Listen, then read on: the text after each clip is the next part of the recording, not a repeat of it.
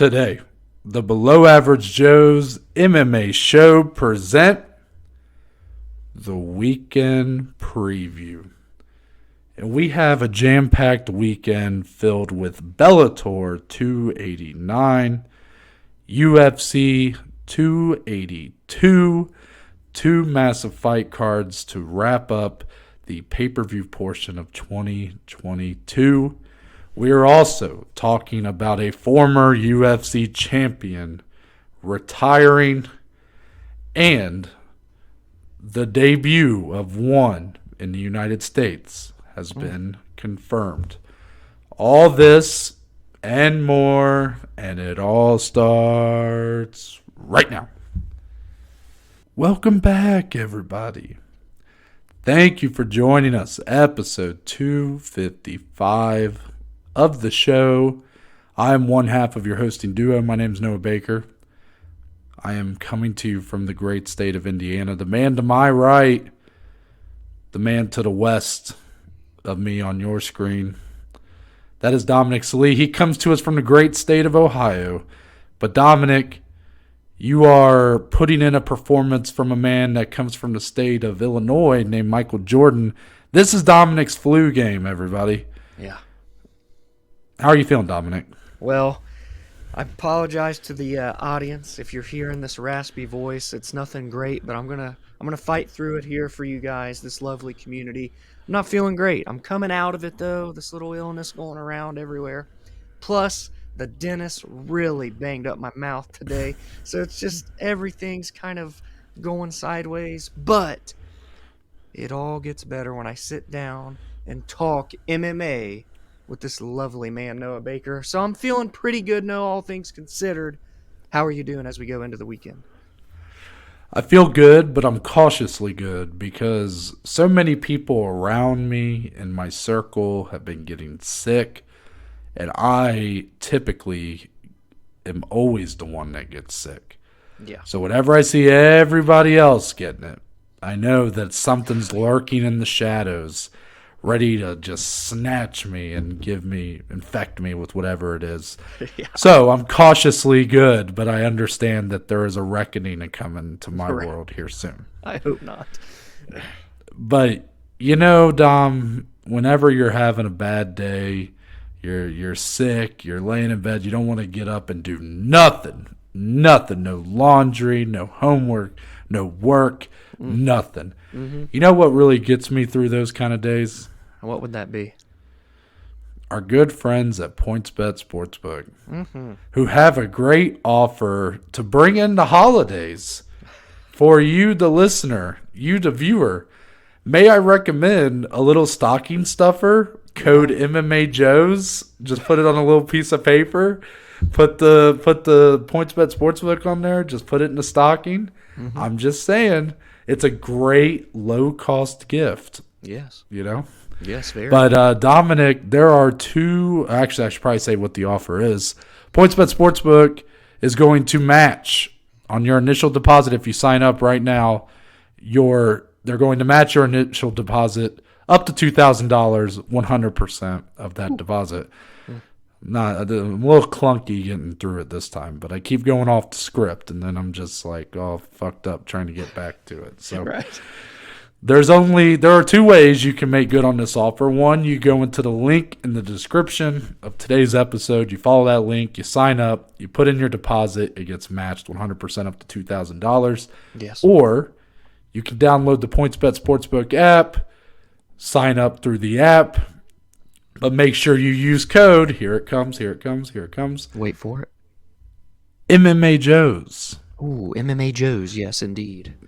I won't make Dom repeat it, even though he kind of just did. But code MMA Joes at sign up. You put in that deposit. It gets matched 100% up to $2,000. So shout out to Drew Brees. Shout out to Lightning. Shout out to PointsBet Sportsbook. And with that, Dominic, let's talk about UFC 282, the main event of the evening. Of course, this was not our originally scheduled main event. We talked about that, I believe, last Monday. Mm-hmm. Maybe. I'm going to say yes. Yes. On Monday, I believe we talked about how Yuri Prohaska versus Glover Teixeira, no longer on this card. That was originally scheduled. They were going to run it back from the fight this summer to fight of the year, it seems like most people are saying right now. They were going to run it back. Unfortunately, Yuri has a very serious shoulder injury. Apparently, the UFC doctor said it's the worst shoulder injury he's ever seen. That doesn't sound good. But the fill-in was offered to Glover to fight Ankalaev. He unfortunately declined just due to the timing, and he wanted it to be in Brazil and stuff. So because of that, Glover's out, but he will be the number one contender waiting in the wings. So because of that, Dom, Jan Blachowicz and Magomed Ankalaev, our original co-main event, has been bumped up, and now it is for the light heavyweight strap. So this matchup immediately has higher stakes brought into it. It's no longer a number one contender fight. Now it's literally the contender. It's the champion fight now. So with the stakes raised, this is an interesting matchup, of course. Jan Blachowicz, former light heavyweight champion. He lost his title a little more than a year ago at this point to Glover Teixeira. Jan had looked very good. He beat Israel Adesanya at light heavyweight, but then had a pretty lackluster performance against Glover, tapped pretty quick. Since then, had his comeback fight in the main event against Alexander Rakic. Looked good early, but of course Rakic messed up his leg. That fight, it was stopped due to an injury in round 2, I believe. So that's how Jan Blachowicz ended up here, while Ankalaev has been a bit of a wrecking ball. He's done it a bit. He's finally starting to get his shine, his notice. He was in a main event back in the spring against Thiago Santos, but he kind of quietly has just been wiping the floor with this light heavyweight division. And he seems to be another one of these guys that comes from that same part of Dagestan that is ready to take over the sport. So I'm curious, Dom. It seems like Ankalaev's getting a lot of the attention here because minus 280, the upside, the potential, what he's done over his last couple years. So what does Jan Blachowicz have to do to make that plus 225 a pick'em? Oh, that's a really good question, man, because when you see a Dagestan fighter, you immediately want to say, well, Jan better stuff the takedowns. But we've seen from Ankalaev that he doesn't always just go to the grappling. He's willing to stand and have a stand-up fight, per se, for 25 minutes if he has to. And he does pretty good at it, too. He has a very high fight IQ, and he doesn't really put himself in danger. Jan Blachowicz does have power that I feel like Magomed hasn't got to face yet, so he is going to have to be more weary than what he usually is. I unfortunately believe that because of that, this fight could potentially be lackluster. I don't want to put that out in the air too much, but I just feel like we have to talk about it being a realistic possibility here. For Jan, we saw him grapple against Izzy, but we're not going to see him try and do that against Magomed Ankalaev, so he literally is going to have to stand. And I just worry that if he can't land the Polish power, the big shot, I think it's honestly a hard fight for Jan Blachowicz to win, man. And he's proved us wrong time and time again during his run to become champion. But it just feels like for a long time now, people have thought Magomed Ankalaev was going to be a UFC champion, and now it's his time. He is one win away from having the gold around his waist. I can't see many possibilities where he actually loses this fight. No, I'm going to be honest with you. Yeah, that's definitely in play.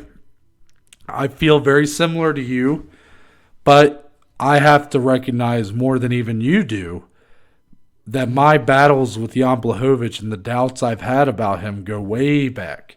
I mean, I'm talking before he held the title. Every time I expect Jan Blachowicz to show up, he disappoints. But whenever I count him out, he excels. I counted him out every step of the way, from Corey Anderson to Dominic Reyes to Israel Adesanya. But I thought he was going to beat Glover Teixeira, and look what happened. So Right. That puts me in an interesting predicament here, Dom, because I think Ankalaev, these odds feel very fitting. I think Ankalaev is a clear favorite here, has more weapons to win, has an elite skill set, has the youth and an overall kind of explosiveness and I guess athleticism to get the job done. But also, for being a guy with less experience than Jan Blachowicz, it feels like his fight IQ is very comparable. He's a very smart fighter. His main event with Thiago Santos proved how good he is at avoiding danger, but also landing very, very potent offense. Typically to land really good shots, to really get in the pocket and land something that could put someone away, you have to kind of put yourself in danger to do that. Ankalaev's very good at doing that, but it never feels like he's in danger because he's so smart with where he positions himself, how he defends himself, that even when he is putting himself in the fire, into danger to land a good shot, you wouldn't even know because he's so good with his defense and his fight IQ that it's really like he's not even in the pocket at all. So I do think Blachowicz is going to have a hard time in this fight. That's why, Dom, I have to do it. I got to make a prediction right now. And because I favor Ankalaev to win this fight so strongly, I am picking strongly Jan Blachowicz, Polish Power. Because I don't think Jan will win this fight, I think he will win this fight. No, I mean, I like the logic there, Noah. When in doubt, you just kind of have to use your ball sack every now and again and lay it on the table.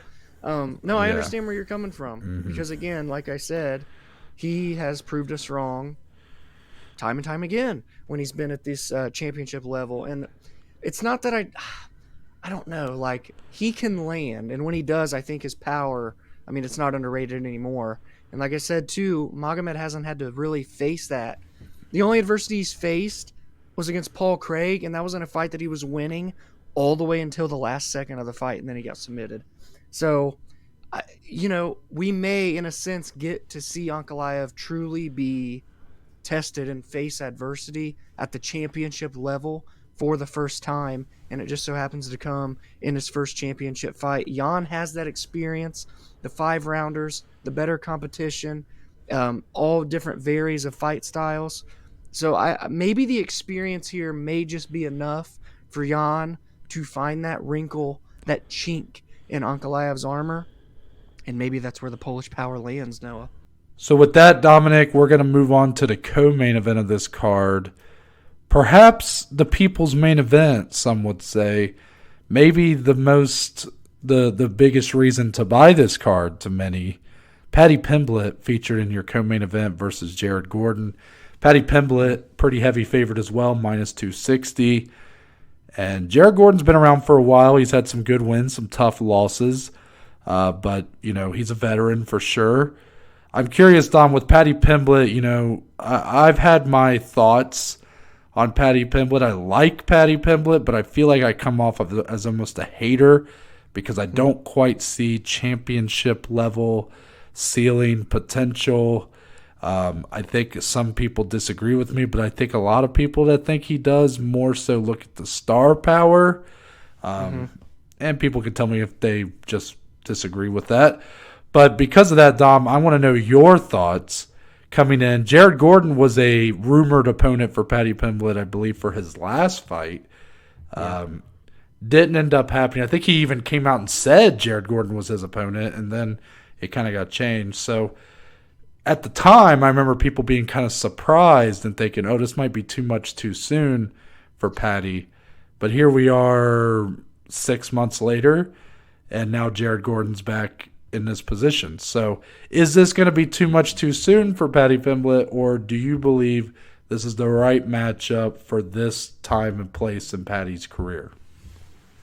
No, I think this is good. I have really not had complaints for Paddy's build thus far through his UFC career. He's 3-0 now, and I feel like he's getting, like, maybe between fight 1 and 2 there wasn't necessarily a jump, but like from fight 2 to fight 3 where he went to Jordan Levitt, there was a jump. And now from Levitt to Jared Gordon, there is another jump in my opinion. And it's another grappler that is very tough on the ground, much like Levet. Now, I will say, of course, on the feet, I still think Paddy has the advantage like I did in his last one. But I believe Gordon is more dangerous on the ground. I believe he's stronger on the ground than what Levet was. So I'm enjoying this kind of slow rise for Paddy. It's good step ups in competition at the right time because he's still a 27-year-old fighter at the end of the day. So I like this. I think this is going to be a good test for him. It's his pay-per-view debut. So while he's been on big cards, the London cards and whatnot, now you're getting to see what it's like to, like Noah said, he's essentially carrying this pay-per-view. Let's just be honest here, people. He's the biggest name, maybe not ranking-wise and legitimacy-wise yet. He's the biggest name that's carrying this UFC 282 card into Saturday. He's going to have to deliver. Co-main event slot for a reason. I think he's going to try and come out and put on a show. I think he's going to have to weather a storm, which he's had to do. And basically all three of his fights so far in the UFC, Gordon's not going to roll over. It's not going to come easy. I'll say this, if it does come easy for Paddy, that's going to say a lot to me compared to like if the other three would have came easy. If he goes out there and starches Jared Gordon, I'm ready for like a significant jump up, not just another little jump up, if you know what I'm saying. Okay. I kind of see what you're saying. Unlike a lot of people I feel like I'm being grouped in with a lot of the people who've had their complaints about Paddy's early run in the UFC. But I'd like to separate myself because I'm not upset or annoyed or disappointed in the matchmaking because my complaint is more with I guess it's not really a complaint with any one person or thing. It's more with the fans and the hype that he's been given. I understand the entertainment, the fight style's fun, the accent, the look. That's just going to lead more eyes to being on you. But I just don't believe the attention he's garnered matches up to the kind of level of fighter we're going to be talking about when it's all said and done. But a lot of people are just mad about the matchmaking, and I'm really not. I think it's good because, again, I don't think he's necessarily a guy that's going to be fighting for a title eventually. So I'm not upset with some of these matchups early on. I don't think he's being handed easy matchups. I didn't think Jordan Levitt was an easy matchup. And certainly Jared Gordon is not either. Now, if he does starch or just make it a flawless performance against Jared Gordon, it'd be the first time he'd done it in his UFC career. So I guess that would be impressive. I'm not quite ready to give him a significant jump. Again, I think it's kind of smart to slow build this and just keep riding the positive vibes and the good waves. You know, you got a big card coming up. That just got announced for UFC 286. That's going to be in London. So I'm sure there may be some hope to put Paddy on that one. And if that's done, sure, you could give him a top 15 level lightweight. But, boy, are you sure you want to do that? Because you really look at the top 15 at lightweight, and it is just killer after killer from 1 to 15. It's one of the most stacked divisions in the whole UFC. So we'll see. But it would say something for sure. If he could come out here, it's his toughest matchup yet. And if he put on his best performance yet, like he did against Jordan Levitt, it was a step up in competition, but that was arguably his best performance to date of the three. So if he does that again, then that shows he's really improving a lot faster than I had anticipated, and I'd have to give him props for that. So I'm definitely excited to see him, though. I like Paddy. I think it's going to be electric when he comes out at Las Vegas. And, Jared Gordon, I think's for real. I think he's not taking this matchup lightly, certainly, and has wanted this matchup for a while. And that could be an issue for Paddy Pimblett, Dom. He's simply trying to, keep building that name for himself, getting his name out there, becoming a bigger star, advancing himself to more money and obviously world titles down the line, while So he's not necessarily. That's his motivation for fighting and beating a guy like Jared Gordon. Is that enough? Of course it is. Jared Gordon here is not really have that in his future, in his outlook. So for him, the motivation is to take this guy down a peg, the guy, the golden boy that the UFC have been hyping up, try to steal some of that shine from him and put it on himself. So there is going to be some added motivation on the corner of Gordon because you kind of can come in here. You've been sort of this middling guy. You're a veteran. You know, you've had some wins. You've had some losses. Not really a big name. You're getting a huge opportunity here to kind of make a name for yourself. So it's going to be interesting to see how that motivation illustrates in the cage. Yeah, I like that. And I just want to say quickly, Noah, too, in a way, not an exact, word for word, same exact situation, but we're kind of witnessing Jared Gordon play the role of what Aaron Blanchfield did against Molly McCann at UFC 281. Now, Gordon, a veteran, been there. He's not some young up-and-coming prospect that's in the rankings or anything, but he is a guy that's still trying to get his name out there. And if he gets a win over Paddy Pimblett, regardless of all of his other wins, while they may look better on paper in terms of the fight styles and what the other people have done, name value wise, this win goes farther than any win ever has for Jared Gordon as well. Yeah, I don't really see that comparison to Aaron Blanchfield just because the odds, like Aaron Blanchfield was heavily favored in that matchup with Molly McCann. I get what you're saying, the name value, but to me, this would be the equivalent of if Hannah Goldie had beat Molly McCann back at London. Yeah. Hannah Goldie, she put some interesting pictures on her Instagram, but, not exactly a household name. And if she were to go in there and had beat Molly McCann, all of a sudden she'd be a name you'd have to be reckoned with. Yeah, true. We have more on UFC 282 to come, but we're going to transition into Bellator 289. This is happening Friday on Showtime. We have our Bantamweight Grand Prix semifinals. Raufeon Stots taking on Danny Sabatello in your main event. This is, of course, for the interim championship. So this is the championship side of the bracket. And then we have Patchy Mix taking on Magomedov. So, Dominic, these two matchups, obviously Stots and Sabatello have been getting much of the attention.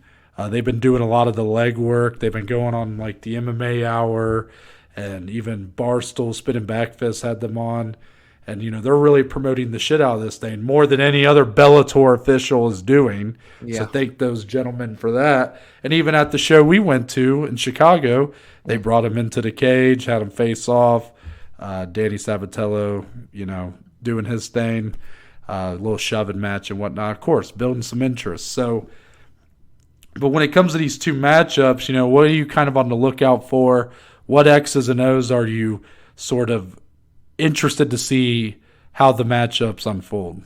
I mean, I'm still most excited for Stots Sabatello as well. Not that Mix and Magomedov isn't interesting. If anything, I almost feel like Mix and Magomedov is... I don't know if I want to say it. I was going to say it might be a little bit more high level, but honestly, both of these are very high level. But I just think in Stots and Sabatello, Danny is this guy that doesn't give a shit what anybody thinks about him. He's going to go in there. He's going to implement his type of game plan to get a win. But that's led to 5 straight decision wins for him that haven't been the most exciting. You know what I mean? Stots, while he's had a lot of decision wins to his own right, he's coming off a huge knockout win in his last fight against Juan Archuleta. So he's got more momentum here in terms of what he's doing in the cage. Sabatello has a lot of momentum in terms of building his personality, which is interesting when you look at all the decisions he's had. But I just wonder if he can go in here and really make a name for himself in the cage. Can he potentially even finish Raufeon Stots? I just think that is such an interesting stylistic matchup. Two guys that are similar in stature, similar in skill sets with very good grappling on both sides. On the feet, I don't feel like I could. I mean, I'll give the power advantage to Stots, but in terms of just tit for tat, I don't feel like Sabatello will get outclassed by any means. So I just feel like it's very intriguing as to how that's going to fill out. For Mix and Magomedov, basically the same. Like, I feel like it's going to be a grappling contest. Who is going to overwhelm the other? Patchy, I think, has more ways to win in terms of on the feet, but Magomed's no slouch there either. These are the two highest level fights that I think Bellator can put on in the whole company right now. Interesting. So I what I will say is, of course, Stots Sabatello is going to be kind of the more interesting matchup, I guess, just in terms of our personal excitement level. And there's good reason for that. Danny Sabatello has talked a lot of shit. He's really been a guy that has kind of made a name for himself by using his mouth, and he's backed it up by not necessarily the most exciting of performances, but performances that have showed how legit and good he really is. Now, he's really going to have to step it up a notch here against Stots because, I mean, let's not forget Raufeon Stots beat Magomedov a year ago, a little over a year ago. Stots is, I know he's not technically the full champion since Sergio Pettis was injured and was the champion and whatnot, but Stots is fighting like the best bantamweight in the whole company. And for Sabatello, who is admittedly shown himself to be one-dimensional, but so elite at that one dimension, I think it's going to require a little bit more from his skill set than what we've seen so far to get the job done against a guy so diverse and exciting as Raufeon Stots. Now, that Patchy Mix Magomedov matchup is very interesting because I've been very high on Patchy Mix for a while. I think he's had some of the most decisive wins in this Grand Prix. And then you look at the win he had back about a year ago against James Gallagher. Looked really good there, even though I think he had missed weight for that fight. But regardless, the guy's big for bantamweight. That's a given. But Magomedov is once again another one of these guys that come from that same part of the world where we keep thinking every one of them is going to be a fucking killer and take over the sport. Magomedov looks terrific.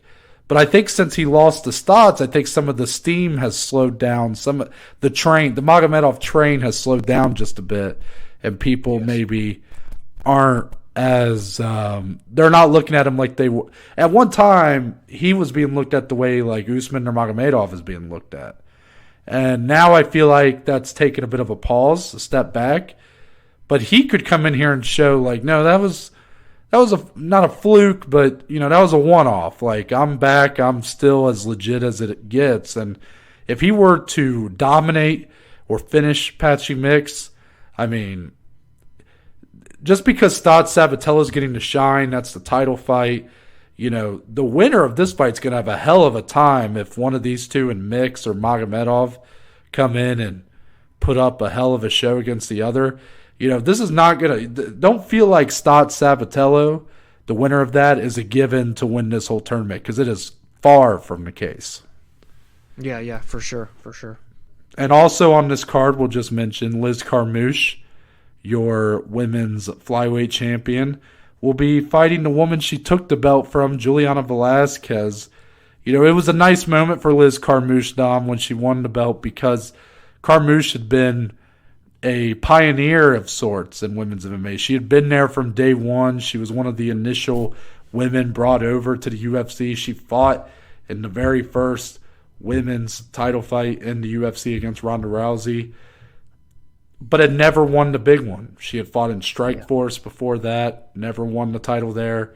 UFC, never won the title there.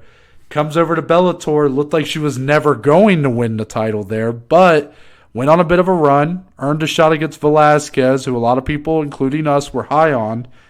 And it looked like she wasn't going to win again because she kind of got dominated for most of that fight. But, Dom, in I think round 4, there was an opening. Carmouche put Velasquez in a crucifix, was landing some good shots, and the ref steps in. Fight over.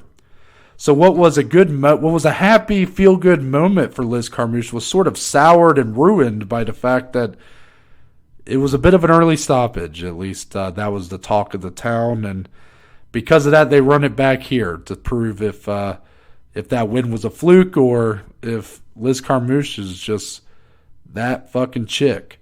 So I'm curious, Dom, when you break down this matchup, considering what we saw from the first fight, how much of that do you think we'll see in this fight? The kind of fight we got the first time, do you think we'll see something similar here?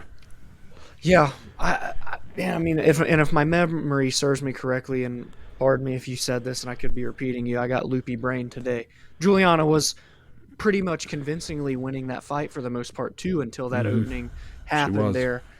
Yeah, so in a way, does Juliana kind of just come in with the same game plan, knowing the success she was having? She's a minus 185 favorite coming into this, even though she doesn't have the title any longer.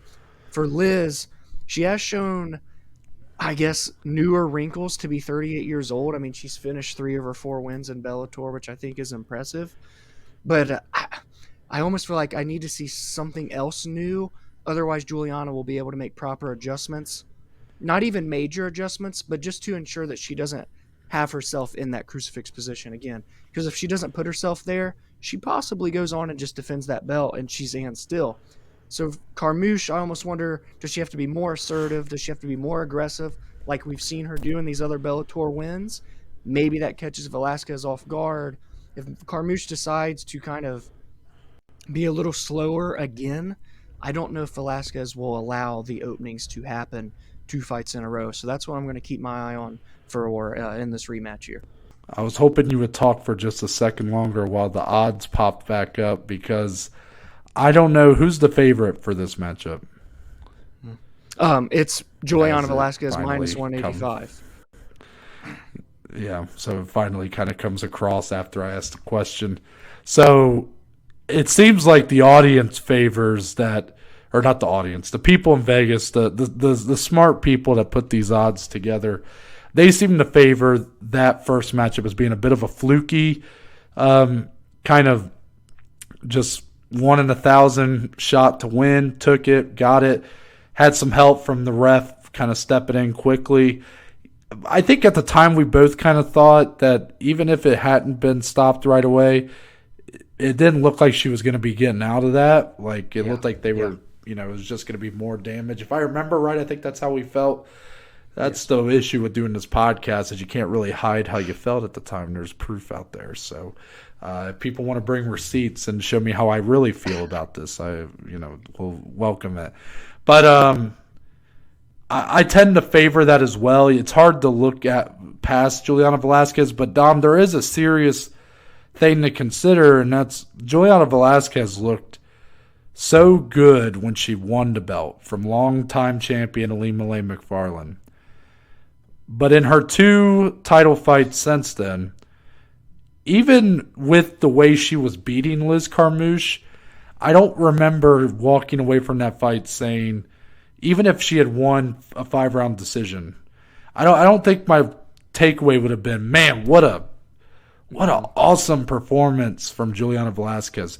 There seems to be a dynamic growing where she's sort of underperforming in these title matchups. She did against Denise Kielholtz, and then in that first matchup with Carmouche, she couldn't put her away. She won outright for 4 rounds or 3 rounds, and then round 4 gets caught in a crucifix. Like, out of all the positions you could be caught in, it's the worst one. Mm-hmm. So there's a bit of that narrative developing in my mind, almost kind of what Rose has had a little bit, where maybe she's just better when she's chasing the title than when she's actually the champion, which I guess would favor her in this matchup now that I think about it. Right. But, I guess we'll have to wait and see, Dom. So excited for that one, of course. We will move on to some headlines going on right now. Former 2-time bantamweight division champion of the UFC, TJ Dillashaw, has officially retired from the sport of MMA. I'm sure a lot of people kind of thought this one might be coming. I want to ask you a question before we get into. Actually, let's start with the weirdness of this announcement. Ariel Helwani and I think Mike Baum and people like that had came out and reported that TJ had been taken out of the rankings. He had informed the UFC that he was retiring. It was a done deal. He's done. He's retired. And then out of nowhere, Mike Baum came out and corrected it and said that he was told by a UFC staffer that TJ Dillashaw was not retired. And then it turned out he actually was retired. So the only way that I could imagine TJ Dillashaw going out was with an absolute shit show of a retirement that really wasn't even his fault, I'm sure. But in terms of his legacy, we have a very interesting case study here for TJ Dillashaw. Yeah.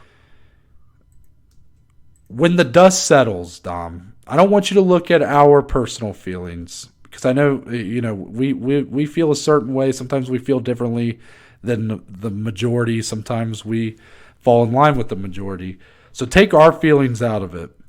When the dust settles years down the line, let's say a decade from now, is TJ Dillashaw's legacy going to be more remembered as one of the best bantamweights of all time, two-time champion, or is it going to be the steroid scandal that sort of derailed his career and ultimately the final fight being one that was he went in with a very serious injury and it almost kind of funny enough how that injury sort of derailed. You've just soon after you had the James Krause situation that happened. So I'm kind of curious, what side do you think he'll be more remembered for when the dust settles? I think, unfortunately, for the general public, the more casual audience, and it's going to keep building as time goes on, I think it'll be the latter, unfortunately, for him. I think these last 3 years, essentially, have not been good for TJ's career and for his legacy with the obviously, he cuts down the weight after talking a lot of trash, loses to Henry. Then it comes out he was on EPO. He serves that suspension, so he did his time, right, as Chael says when he talks about it. But then he comes back, gets a win over Corey Sandhagen, but a lot of people didn't think he won that fight, but it earned him a title shot even after a long layoff from an injury. Then he gets the title shot, goes into it with a shoulder injury, gets beaten there, and a lot of people think he shouldn't have been in that fight because of the injury that he didn't disclose.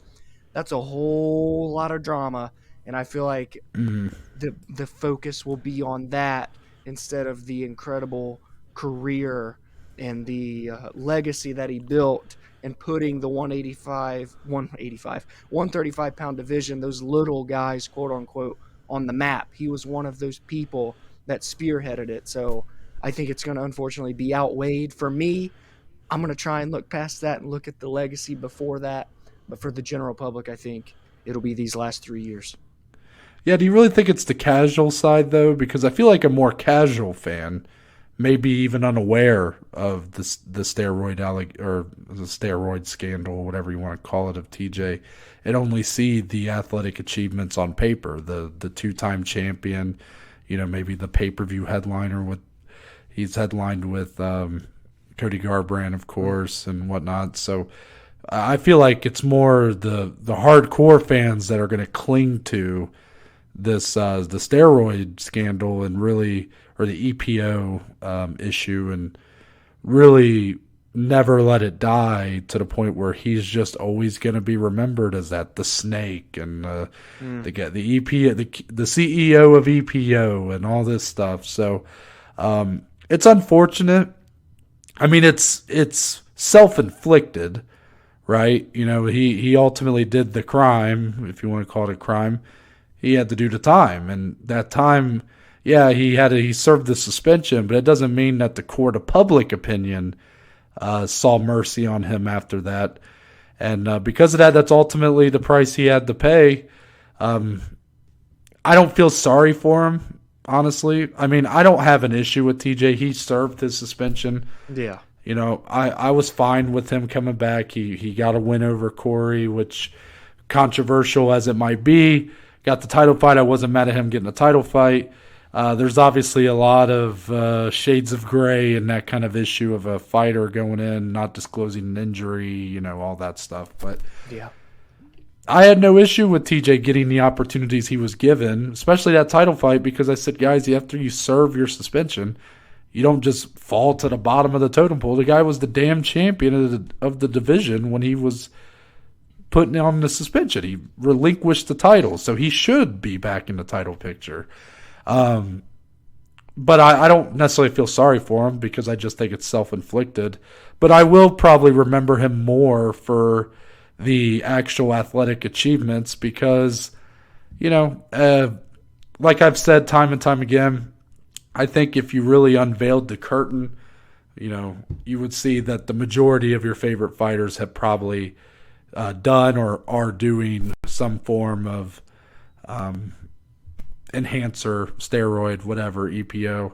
I'm sure you would find the majority of fighters and even athletes in your other favorite sports are doing that. So it's kind of water under the bridge, I guess, for me. So yeah, I agree. The next headline, Dom, ONE FC.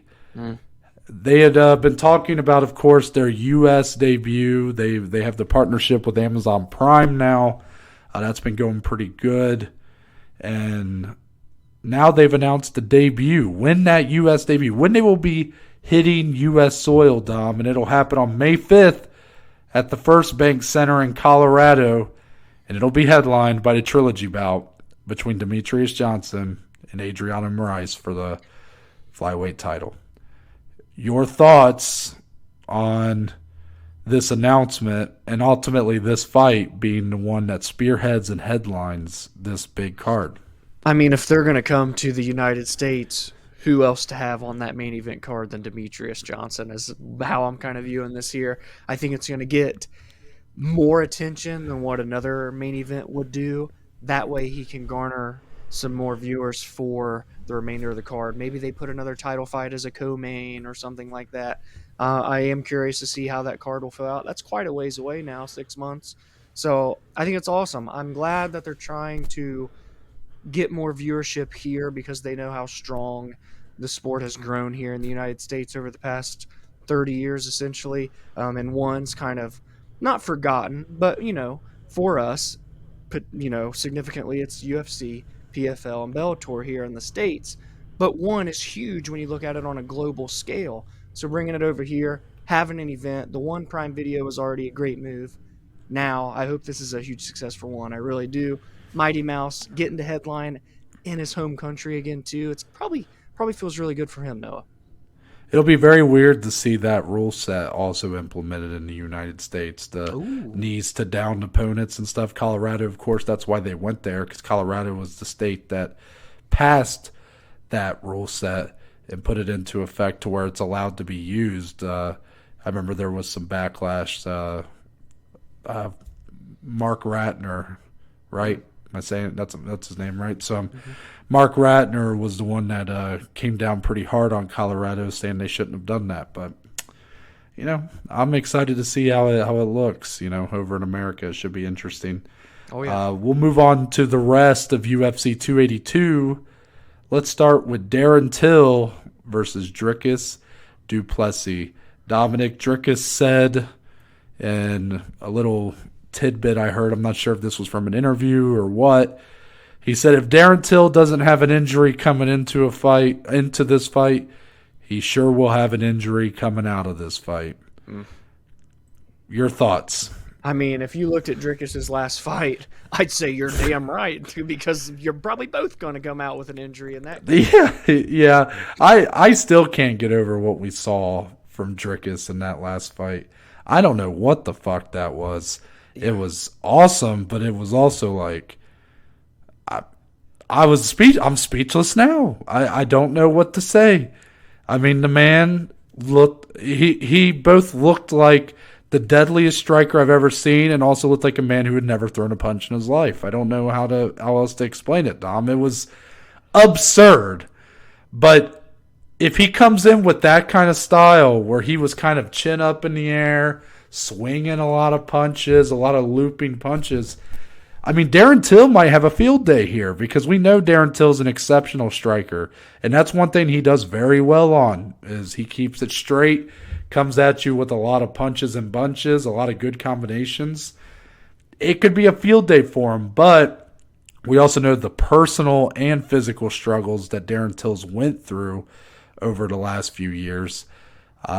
He's even admitted recently that his head's not been in the right place, and his body had just been kind of breaking down. It seems like he's had to drop out of a lot of fights over the last couple of years.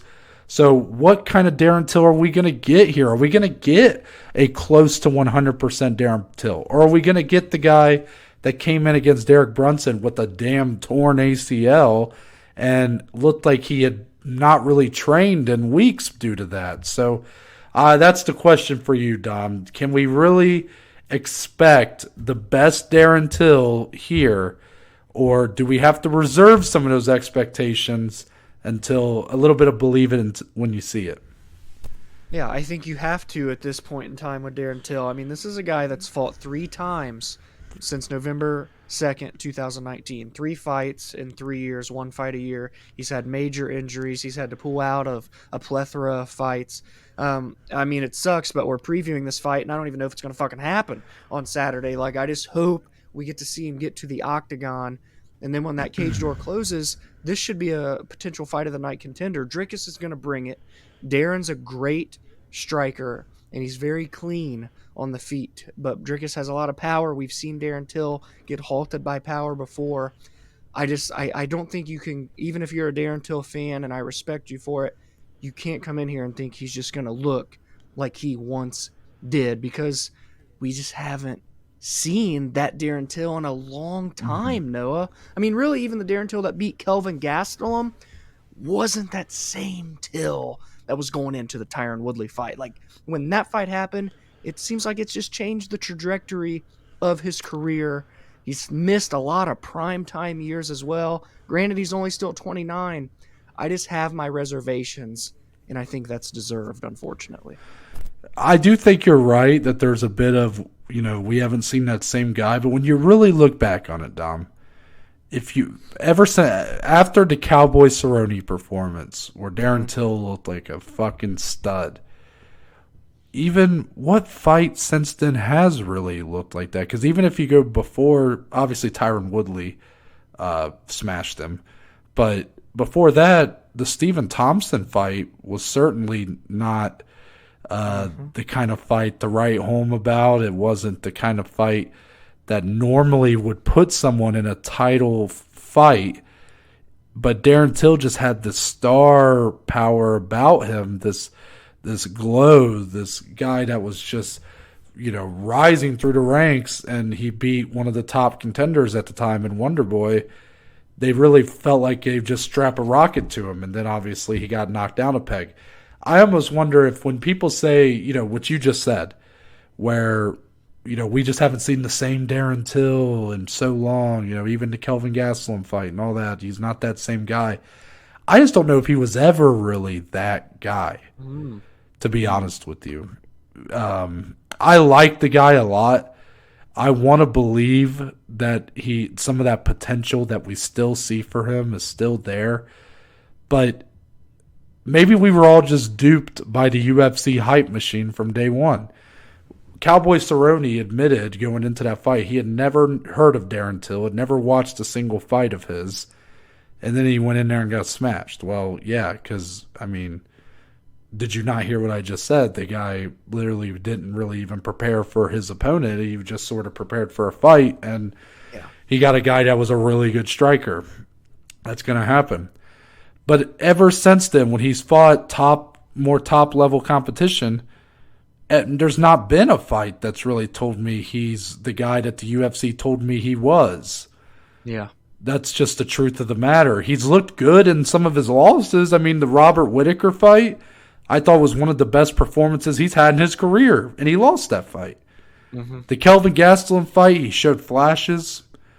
He was very humble afterwards and admitted some of his personal struggles going into that. He didn't even want to fight and all this stuff. The Stephen Thompson fight, for him to be so young and not have fought really a guy of Wonderboy's caliber, to go in and even have a competitive fight on the feet with him and hurt him late in that fight, was interesting, even if you don't think he should have won. So he showed flashes for sure, but I'm just not certain if he's ever really been the kind of guy that we keep thinking he's capable of being or has been, if that makes sense. Yeah, and now I almost wonder, and not to the same extent here, but Dricus du Plessis, a guy with a lot of hype and momentum. He's got 3 wins in the UFC, but now he is dabbling into that deep end. Brad Tavares was a ranked opponent. That's a great win. You're taking a step up here in Darren Till. However, I guess you could say maybe it's not. Maybe this isn't that big of a step up from Brad Tavares. It's going to depend on what kind of Darren Till we see in the Octagon Saturday. But now Dricus is entering that same sort of territory that we were talking about with Darren Till. He's entering the upper echelon. Can he put on good performances still? Can he get finishes? Can he put on good fights? There's a lot of questions in this fight on Saturday, I think. Yeah, for sure. And actually, the next fight, Dom, is the matchup I am most excited for on this entire card. And that's because we have 2 guys that both have looked excellent, who both have showed tons of potential, who have been murdering guys, and now they're going up against one another to determine who's really the guy the UFC are going to push to the moon, I assume anyways. Bryce Mitchell, that's the man with the camo shorts, the man who drilled his nutsack on accident. He's a conspiracy theorist, all that stuff. He's going up against hand sanitizer boy, Ilia Topuria.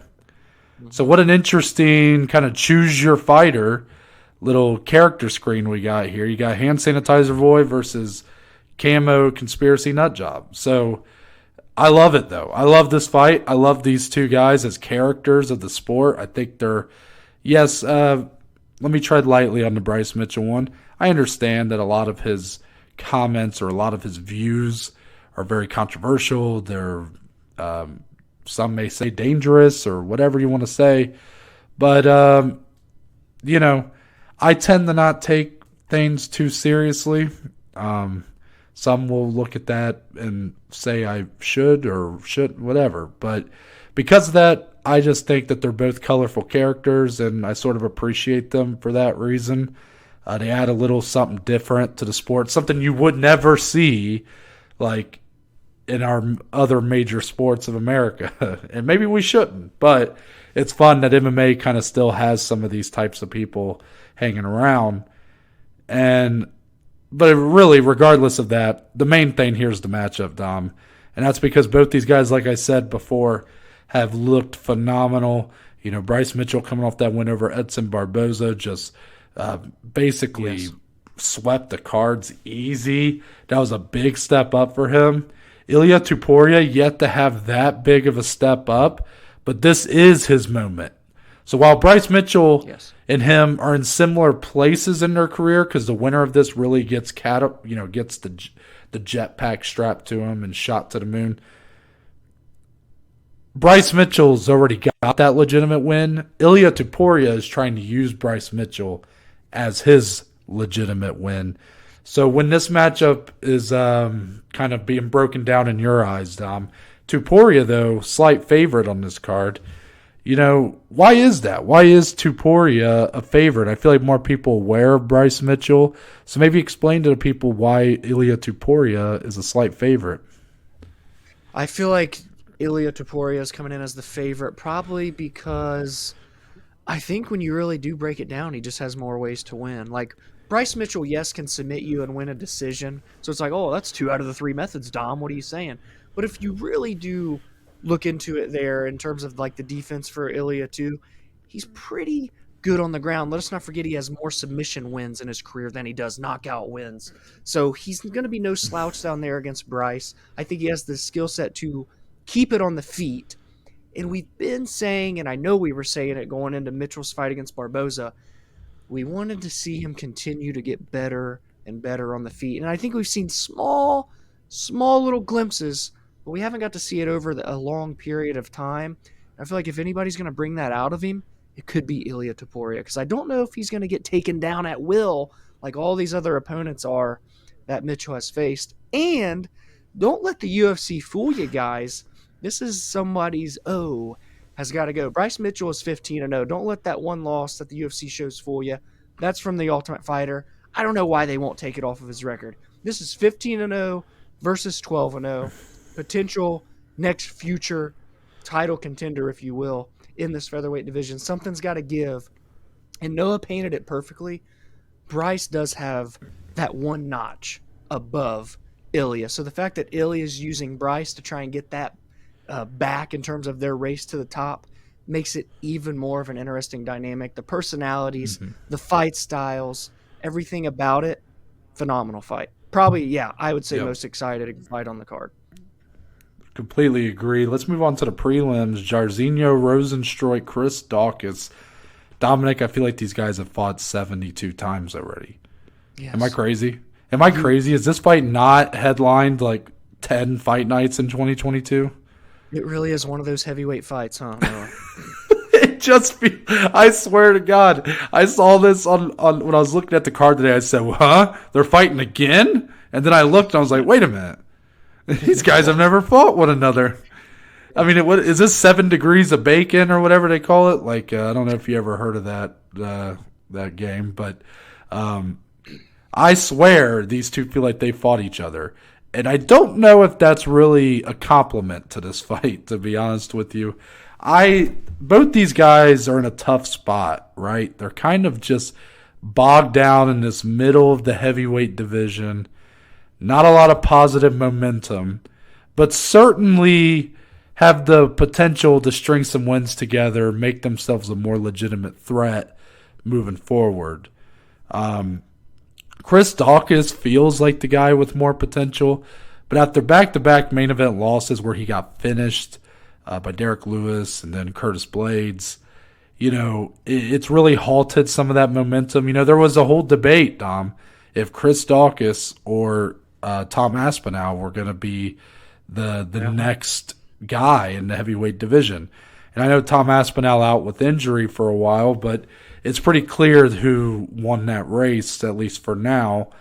And while Rozenstruik, the guy, he's good, but I've always had kind of a foot out the door with him, even when he started getting some hype because he did what every guy that gets hype in this division does, and that's knock out Andrei Arlovski. And then from there, he had that big 5-round main event with Alistair Overeem on ESPN, where Overeem was winning the majority of the fight, but then Rozenstruik had one of the craziest knockouts in the final 10 seconds. It was one of the wildest knockouts. I mean, the force of that thing. I mean, my man Overeem flew off the cage. It was crazy. But I've just never been super high on him. So I kind of like the upside of Daukaus more, but I kind of think Rozenstruik might be better right now. I'm curious your thoughts on that assessment. Yeah, fun fact, actually, that fight happened 3 years ago, the time we're recording this, just for Noah's fun. And also for Noah's sanity. Thank goodness this isn't at least a fight night main event. But yeah, I don't know, Noah, who the better fighter is right now. Everything is so similar. They both love the knockout. They both, look, number 9 and number 11, 34 and 33. They're both coming in on 2-fight losing streaks. There's a lot of similarities here, man. Part of me wants to side with Daukaus, maybe the more well-rounded guy, but until I really do see him prove it, because egg on my face, I really did believe that he could potentially beat Aspinall in that race originally, and you guys know how big of a fan I am of Tom. But then I'm like, well, he's only been doing these real quick first-round knockouts. What really does he have to that full skill set here? Rozenstruik, I guess, we've at least seen him go longer in fights. He's went to a couple decisions and stuff, but even then he doesn't show me a ton. So I don't know who's better. And Noah, dare I say, the winner of this, whoever it may be, I still won't even know if they're better after Saturday's over with. That's the type of fight that this is.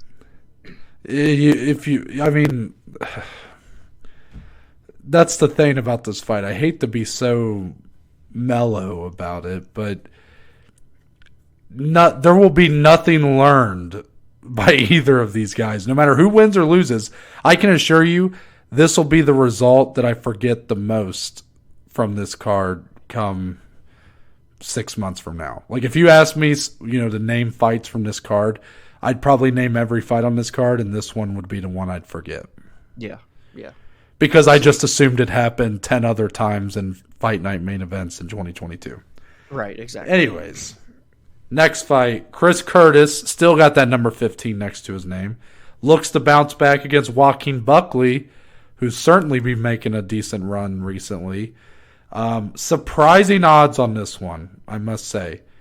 And I want to know your thoughts on those odds. Did they surprise you at all? Oh, I'm going to have to wait until they tick across my screen because I'm not remembering them. I think, if I'm not mistaken, Joaquin Buckley is the favorite in this matchup, though. Chris Curtis coming back like plus 132 or something. Shit, that might be really good. I'm very surprised by that. Yeah, I think I would agree. And honestly, too, like, this is a pretty fun fight. At least on paper, it should be a really fun fight. Chris Curtis looking to bounce back after he took that short notice fight against Jack Hermanson as a main event. Joaquin Buckley coming off of a loss to Imavov. That was a really solid fight, though, and I think, like, there's not much to hang your hat on for losing to Nasruddin Imavov, in my opinion. Plus, Joaquin got a big jump up in that fight, so I'm glad he's still getting a chance to grab a ranking here at UFC 282.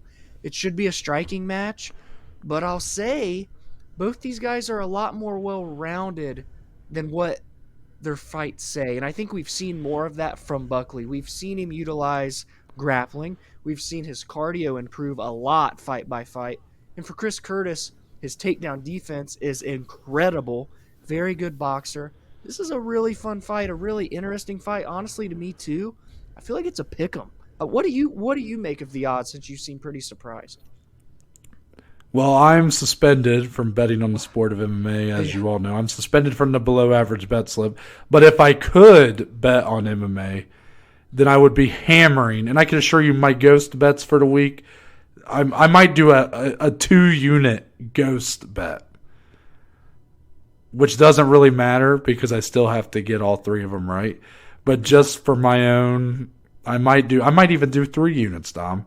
Chris Curtis money line. The value is there, people, because even though Buckley's certainly not, like, he shouldn't be a large underdog, but I've been more impressed from the body of work I've seen of Chris Curtis in comparison. Now, Joaquin Buckley's obviously had some amazing moments, 2020 knockout of the year, among others. But I also think that, like you're saying, a lot of people underestimate Buckley's well-rounded game because his big moments have been those flashy highlight reel KOs, when really he's much more than that. I think Chris Curtis is the smarter fighter, though. I think he's I want to say he's the more composed fighter, but then you kind of look at his performance with Jack Hermanson, and that was anything but composed. Yeah. So I guess the way I'll word it is, if a fight is in his comfort zone, he tends to be much more composed, which is kind of a duh, but I'm just saying that that's, he does a good job of keeping fights at a range in a style that is comfortable with him. He's done it in multiple of his UFC fights. So because of that, I'm going to lean Chris Curtis, 2-unit ghost bet.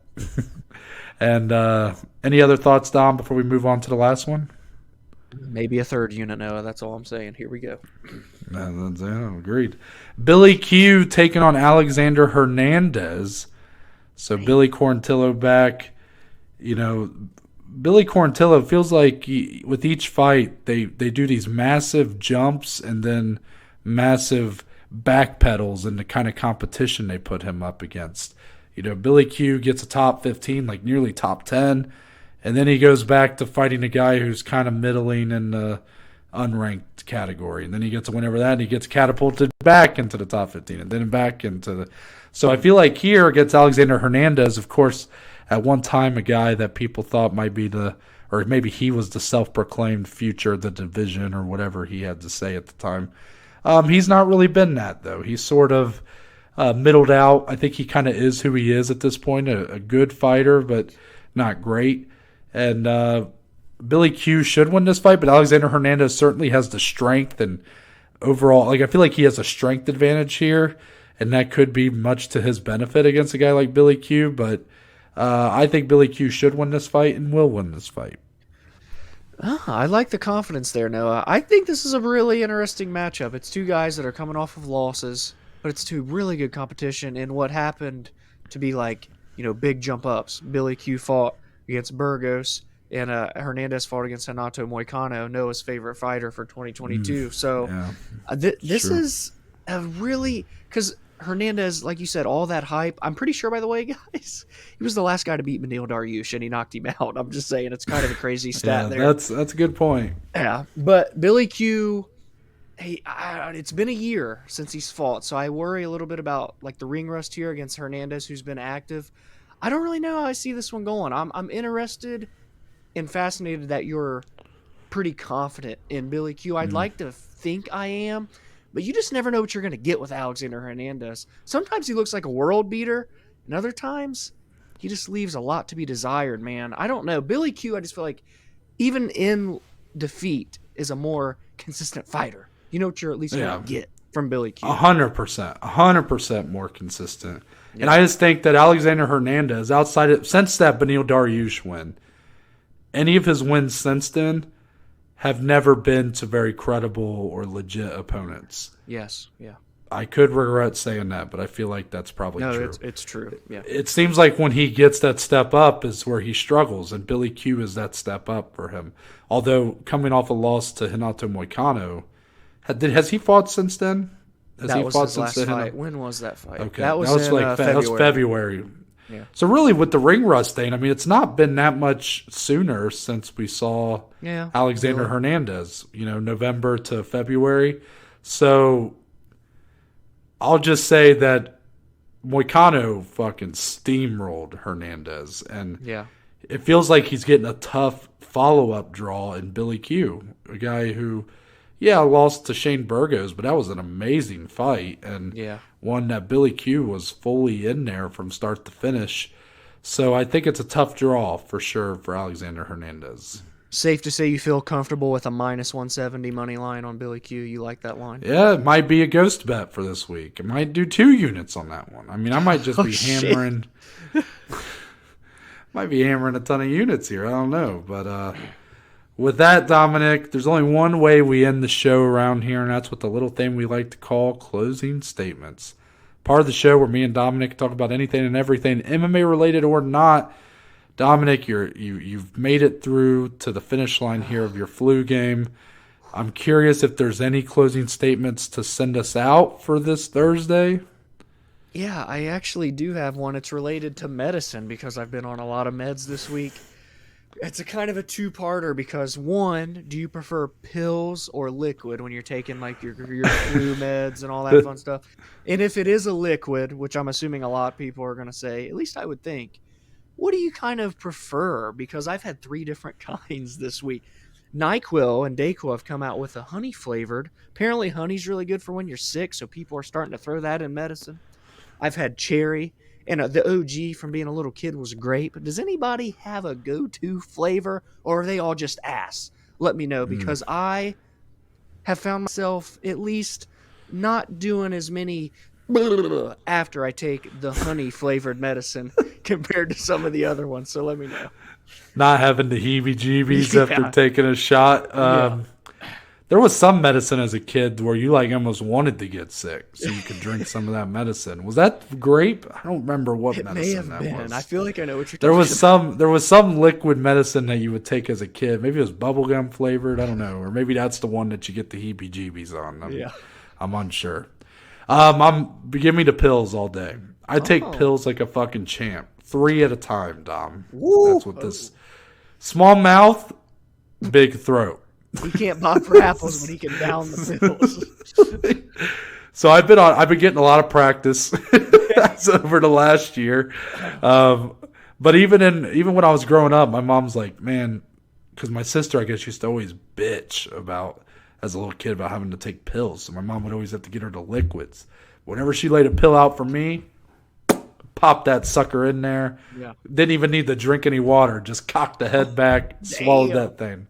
That's impressive. Just kidding. I definitely had to have water, but no, dude, 3 at a time.